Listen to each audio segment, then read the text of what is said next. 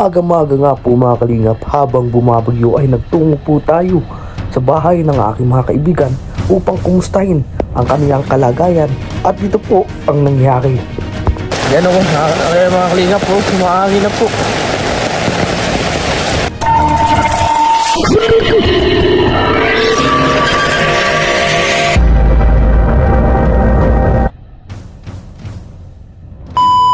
So yun mga kalingap, maulan na hapon po sa lahat. So, maulan hapon, maulan na umaga po sa lahat. Tulog pa. So yun mga kalingap, grabe. Hindi pa pakating pong bagyo ngayong araw na ito dito. So wala po kami pasok. Agad-agad pong sinuspendo po ng aming punong gobyerno po dito sa bayan ng Camarines Norte. So yan, napakaulan po at yan, nakaramdaman na yung malakas na hangin dito. Medyo nangamba kami kasi kababaan to pero di naman dito bumabaha. Sa parting doon lang bumabaha. Yan, papansin mo po yung mga kalingap. Kawawa naman isa sa kuya kayo gano'n. Babasa. Grabe po mga kalingap yan. So, lumalakas na po yung ulan. At to, maaga po akong nagising kasi kala ko may pasok. Actually po, alas 3 pa lang gising na ako. Kasi nagpa-practice din kasi ako. Ngayon kasi ako kasalihan na guitar contest. Magigitara ako mga kalingap. So, pinapractice ko yan. Para at least makadagdag sa skills natin. Do you know knowing how to drive? How to drive your guitar. Malakas na po yung ulan mga kalingap. Grabe. Ang problema nito mga kalingap, meron po kami mga beneficiary pa ngayon na tulad po ako, meron po ako ibibigay kay John Lloyd. So, yan, ang lakas po ng ulan. Yan. Sana hindi mawala ng kuryente. Kung ulan, okay lang. Huwag lang magkaroon ng malakas na hangin mga kalingap. Mahirap po kasi yun. Tingnan natin dun sa tingnan natin sa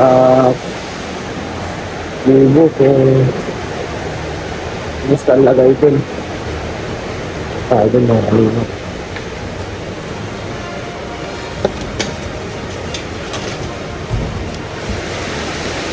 Grabe yung helmet ko, nalimutan ko yung pasok. Grabe.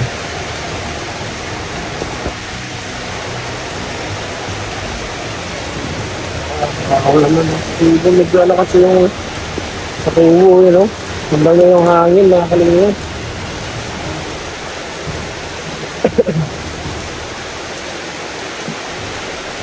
Lakas na po siya.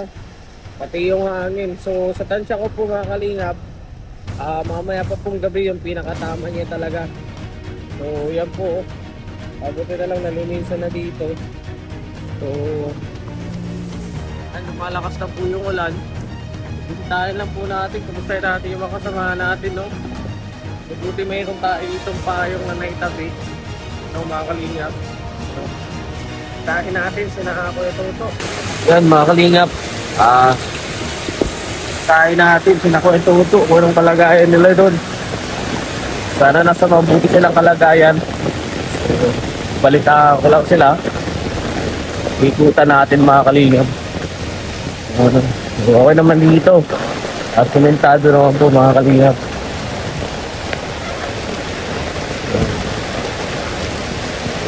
Lakas ng ulan. Ito ang problema dito, baka bumaha. Kasi dito Restak na ko yung Victor. Yan. Okay naman siguro sila dito. Yan ako. Kaya mga kalingap po. Sumahangin na po. Grabe oh.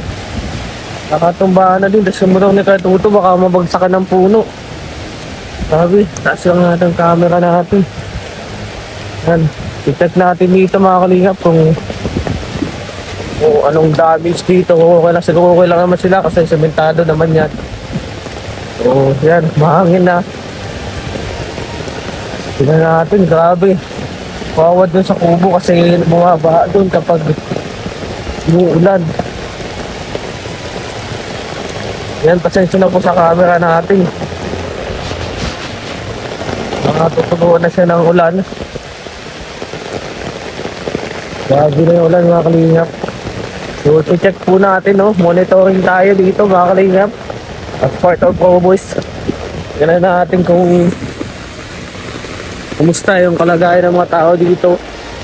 So, safe naman po, mga kalingap, ang aking paglalakayan. Kaya bumabaha-baha na.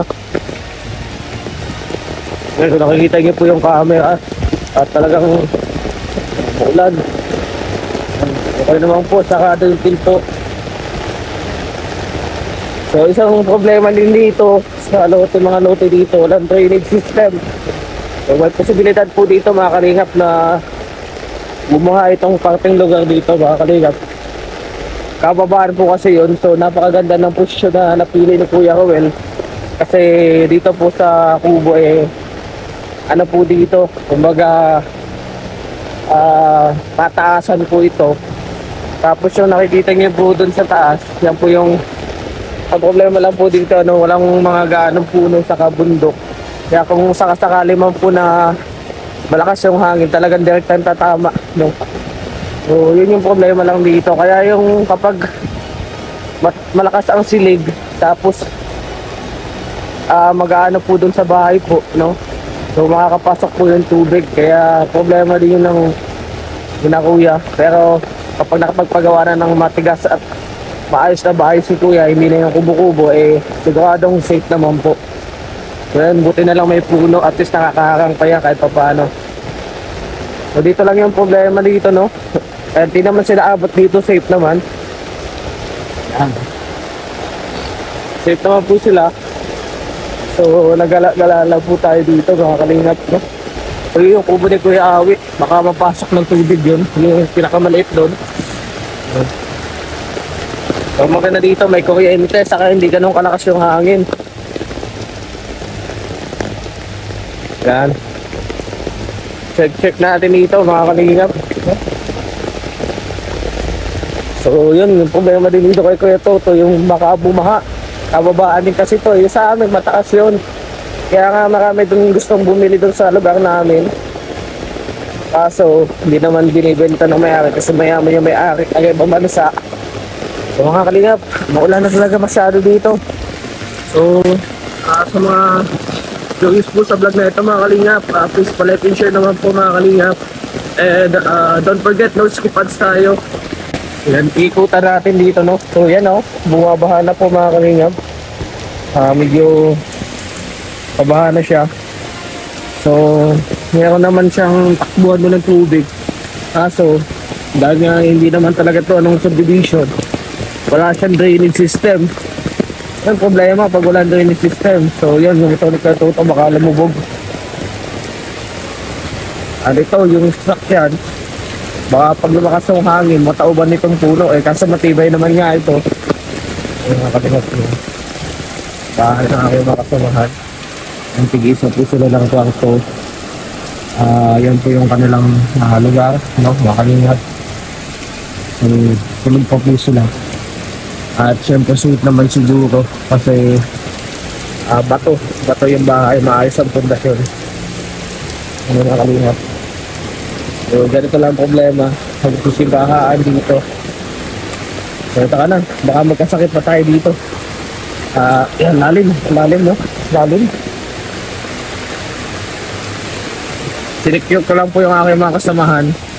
Kasi ako yung umaga nagising dito sigurado yung mga kasamahan ko mamaya pa sila nagigising. So tininan ko lang kung may mga tumbang puno o kung ano man dyan na yung aking makapahamak, no? So yan, okay naman po, malakas na ang ulan. At syempre yung hangin, no? Nagsisimula na siya lumakas. Grabe, mga kalingap. Kakaiba talaga. So ayan na, ayan, nakikita niyo po yan, no? May silig na. Umaano na yung mga silig. Ay, grabe, nabasa. Hindi ko na siya kaduhan. No.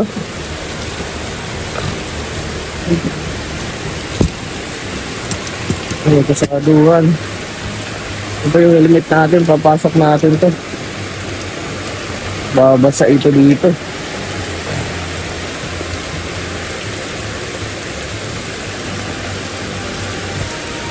So yan, mga kalingap, sa mga ibang areas po dyan, no, na apektado ngayon ng mapakating na bagyo.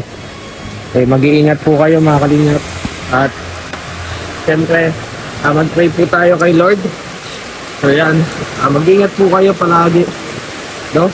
So, ang mahalaga ngayon, stay sa bahay, makinig ng radyo sa mga anunsyo ng pamahalaan. Yan, sa mga anunsyo ng sa balita, no?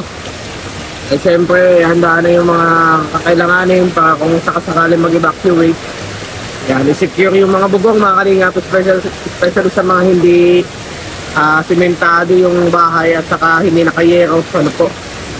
Yan, i-secure po natin yan. At siyempre, mag-ano na din tayo ng mga pagkain, no? Mga canned goods, yan, especially sa mga bahaing lugar. Yan, maging alerto po kayo mga kalingap. Importante po yung pagiging alerto ng isang tao pagdating ng ganitong kalamidad. Yan na po yung hangin mga kalingap po.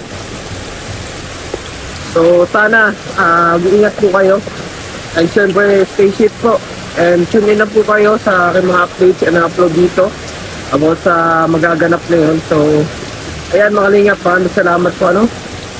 So thank you po. Yung manok ni Kuya Alvin pala. Wala. Mga basa na sila oh. Yung tandang. Mapapala yan. Sa amin po sa Bicol, ang mapapala po mga kalingap, ibig sabihin po parang sobrang lamig, no? So dapat may pasok yan. So mamaya gising ko kasi Kuya Alpi, mga alas 8, alas 7. Para may pasok yan dito. Kasi kawawa man, no? Basang-basa na sa ulan, malamig yan eh. So yan mga kalingap, stay tuned po. At sugad na tayo, no? Sana gabay po kayo ni Lord, especially kami dito, no, sa Camarines Norte.